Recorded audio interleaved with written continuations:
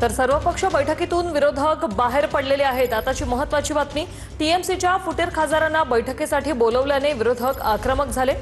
सर्वपक्ष बैठकीतून विरोधक बाहेर पडलेले आहेत। काही वेळापूर्वीच ही बैठक सुरू झाली आणि लगेच हे विरोधक सध्या बाहेर पडल्याची माहिती समोर आलेली आहे।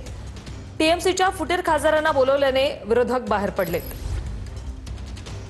पक्षाची बैठक सरकारने बोलवली होती आणि त्या बैठकीमध्ये तृणमूल काँग्रेस आणि आम्ही खास करून दोन पक्षांच्या मध्ये जे लोक बाहेर पडलेत त्या संदर्भात तृणमूल काँग्रेसची संख्या 28 लिहिली आणि खाली लिहिलं 20 जण जे आहेत त्यांना वेगळी बसण्याची व्यवस्था करण्यात आलेली आहे। ते ज्या पक्षात गेले तो पक्षच कुठे अस्तित्वात आहे की नाही माहिती नाही। हा त्यांचा मुद्दा वेगळा आहे, आमचा मुद्दा वेगळा आहे।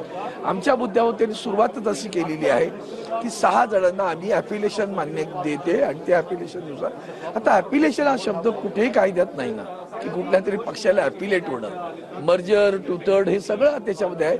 आणि 10व्या घटनेच्या 10व्या शेड्यूलमध्ये अशी कुठली तरतूद नसताना अशा लोकांना मान्यता देणं हे गैर आहे आणि म्हणून आम्ही सगळ्यांनी आज ऑल पार्टी मीटिंगमध्ये वॉकआउट केलेलं आहे।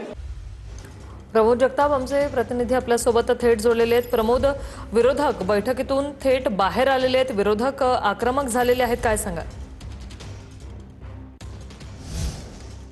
ऋषाली, खरं तर सर्वपक्षीय बैठकीमध्ये सगळ्याच पक्षांचे प्रमुख नेते गटनेते जे आहेत ते बैठकीला पोहोचल्याचं आपल्याला बघायला मिळालं होतं। काँग्रेस असेल, तृणमूल काँग्रेस असेल, शरद पवारांची राष्ट्रवादी काँग्रेस पक्ष असेल, उद्धव ठाकरे यांचा पक्ष असेल, हे सगळे बैठकीला पोहोचलेले होते। पण त्या सगळ्यांनी बैठक सुरू होताच बहिष्कार बैठकीवरती टाकलेला आहे आणि पूर्ण बैठकीतनं वॉकआउट या सगळ्या विरोधी पक्षांच्या गटनेत्यांनी केल्याचं आपल्याला बघायला मिळालं आहे। त्या सगळ्यांचा एकच प्रमुख मुद्दा आहे ऋषाली, की ज्या पद्धतीनं तृणमूल काँग्रेसमध्ये फुटून जे 20 खासदार बाहेर पडलेले होते त्या खासदारांनी वेगळा गट निर्माण केलेला होता। एनसीपीआय या पक्षामध्ये ते सगळे खासदार गेलेले होते आणि त्या एनसीपीआय पक्षाच्या गटनेत्याला आजच्या बैठकीमध्ये बोलावलेलं होतं आणि हाच मुद्दा विरोधी पक्षांच्या सगळ्या प्रमुख नेत्यांनी उपस्थित केला आणि हा मुद्दा धरून या सगळ्या पक्षाच्या नेत्यांनी बैठकीतनं बैठकीवरती बहिष्कार टाकल्याचं आपल्याला बघायला मिळालेलं आहे। त्यांनी स्पष्टपणे म्हटलेलं आहे की त्यांना मान्यता देणं हेच एक प्रकारे चुकीचं आहे आणि मान्यता दिली असताना अद्यापर्यंत त्यांचा निर्णय कुठलाही झालेला नसताना त्यांना बैठकीला नेमकं का बोलवलं, ते सगळे खासदार तृणमूल काँग्रेस पक्षाचेच अद्यापर्यंत खासदार आहेत,